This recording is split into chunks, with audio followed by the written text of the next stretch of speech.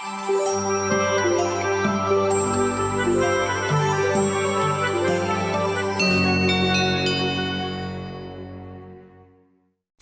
पहले परियों की नगरी में लाल परी रहती थी। कुछ दिनों बाद महल में एक जश्न मनाने के लिए सब तैयार हो गईं। तभी किसी बात पर रानी परी ने लाल परी को महल से बाहर निकल जाने का आदेश दे दिया। इस बात से उदास होकर लाल परी महल से उड़कर धरती पर आकर एक बाग में छिप गई। उस बाग में बहुत सारे बच्चे खेल खेल रहे थे।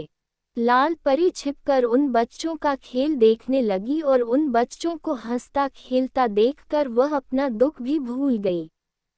तभी बाग में खेल रही सोनी नाम की एक लड़की की नज़र लाल परी के सुनहरे लाल पंखों पर पड़ गई।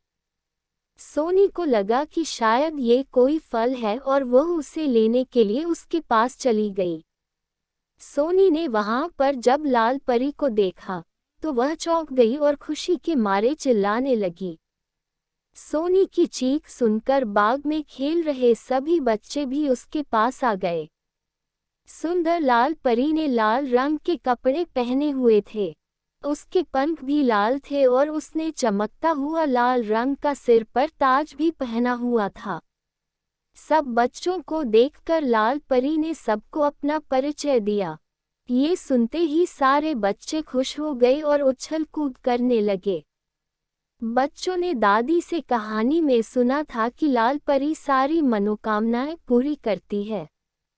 इसी वजह से सारे बच्चे लाल परी को देखकर और खुश हो गए और अपनी इच्छाएं बताने लगे। तभी चिंटू की इच्छा सुनने के बाद लाल परी ने अपनी छड़ी घुमाई और चिंटू हवा की सैर करके वापस जमीन पर आ गया। फिर लाल परी ने अपनी छड़ी घुमाई और एक रसीला ताज़ा आम सोनी के हाथों में आ गया। इसके बाद लाल परी ने फिर से अपनी छड़ी घुमाई और बाग के सभी फूल रोशनी से जगमगाने लगे। लाल परी के जादू देखकर सभी बच्चे बहुत खुश थे और लाल परी भी परी महल में चल रहे उत्सव और महल में न रहने का अपना दुख भूल गई थी। इसके बाद जैसे ही फूलों का चमकना कम हुआ आसमान के सारे तारे चमकने लगे। फिर बच्चों ने लाल परी से विदा लिया और अपने अपने घर जाने को तैयार हो गए। बच्चों के जाने के बाद लाल परी का मन फिर से उदास हो गया। लाल परी को उदास देखकर सोनी से रहा न गया, तो उसने उससे उसकी उदासी का कारण पूछ लिया। लाल परी ने सोनी को रानी परी की सारी बात बता दी। ये सुनने के बाद सोनी ने कहा, आपने कोई शरारती हरकत की होगी, तभी रानी परी ने ऐसी सजा दी है। मैं जब भी घर में शरारत करती हूँ तो मेरी माँ भी मुझे कोई न कोई सजा दे देती हैं।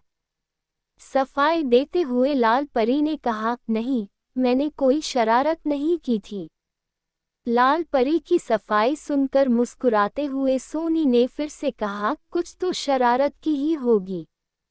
इतना सुनते ही लाल परी ने अपनी छड़ी और नजरें सोनी से चुरा लीं। नजरें नीची करते हुए लाल परी ने कहा, हाँ, मैंने एक शरारत की थी। नोटू बौना सीढ़ी पर खड़ा होकर परी महल के सबसे ऊंची घड़ी की सफाई कर रहा था। मैंने सीढ़ी को हिला दिया था। डर के मारे वह घड़ी की सुई पकड़कर उसी पर लटक गया और परी महल की सबसे बड़ी घड़ी की सुई टूट गई। उस घड़ी की सुई टूटने के कारण घड़ी रुक गई और परी लोक में सब रुक गया था। इसके बाद रानी परी ने अपनी जादू से सब कुछ ठीक किया और इसी वजह से गुस्सा होकर उन्होंने मुझे महल के बाहर भेज दिया, जबकि इसमें मेरी कोई गलती नहीं, सारी गलती नोटू बौने की थी। लाल परी की बात सुनकर सोनी ने कहा, मेरी माँ कहती है कि अगर हम अनजान होकर कोई गलती करते हैं तो उसके लिए माफ़ किया जा सकता है, लेकिन अगर जानबूझकर कोई गलती की जाए तो उसके लिए सजा देनी चाहिए। तो अब आप ये बताओ कि क्या आपने उस सीढ़ी को जानबूझकर हिलाया था या गलती से? लाल परी ने बहुत ही धीमी आवाज में कहा, जानबूझकर। क्या अगर मैं अब रानी परी से अपनी इस गलती के लिए माफ़ी मांगूं, तो क्या वो मुझे माफ़ करेगी?